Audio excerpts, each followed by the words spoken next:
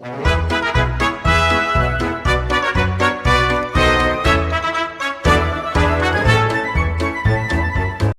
treating archival documents as intelligence wires, a colonial newspaper becomes a real-time geopolitical briefing. These are the dispatches from 1720. This is the American Mercury, printed in Philadelphia on April 21st. The reports here outline a highly volatile global landscape of empires in transition. The wire reports shifting alliances across the European continent. In Paris, the Crown is executing rapid financial restructuring.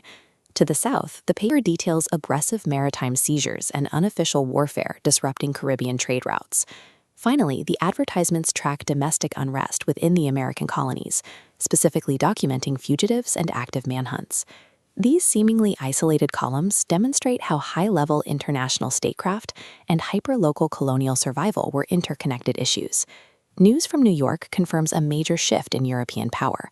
The King of Spain signed accession to the Treaty of Quadruple Alliance. This resulted in the dismissal of Cardinal Alberoni, removing the primary obstacle to the peace treaty.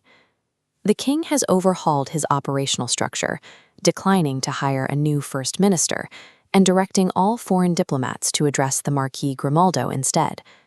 However, counterintelligence arriving from The Hague undermines this public narrative of peace.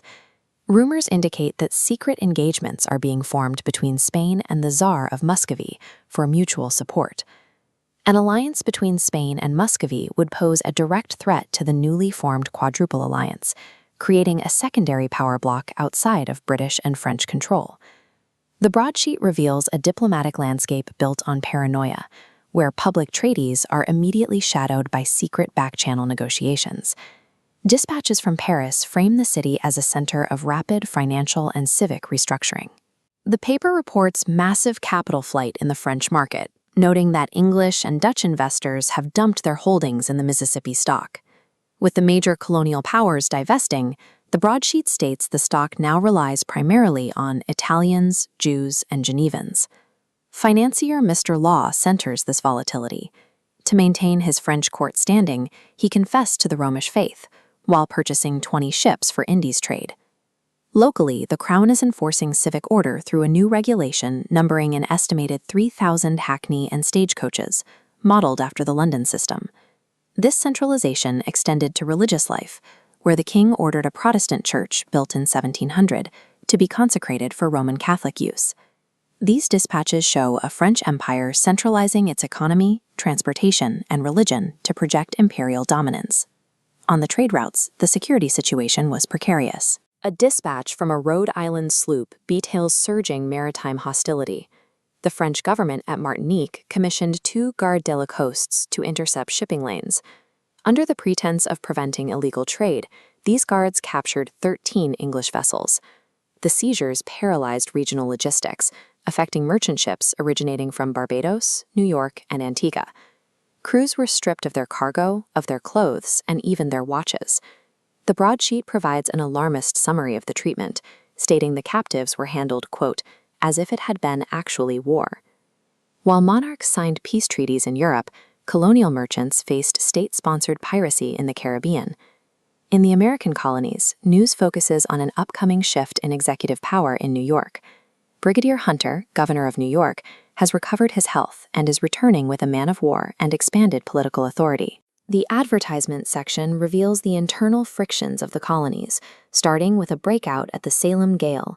Authorities are tracking 2 fugitives, Rayner Johnson, a bookbinder, and Henry Kautz, a printer, both former servants imprisoned for felony.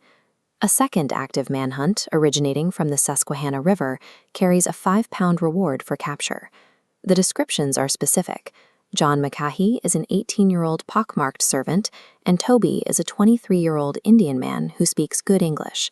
The prominent placement of these notices reveals how colonial economies were dependent on, and threatened by the escape of, indentured and penal labor. This single broadsheet captures the contradictions of the 1720 world order.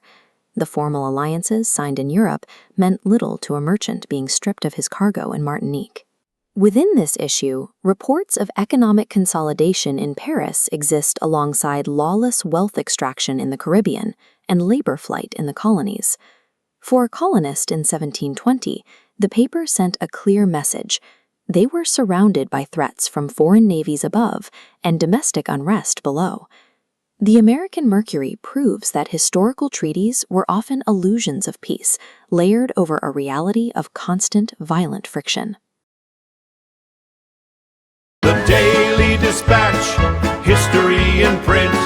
No modern gloss, no modern hint. Just black and white, and read today. The Daily Dispatch.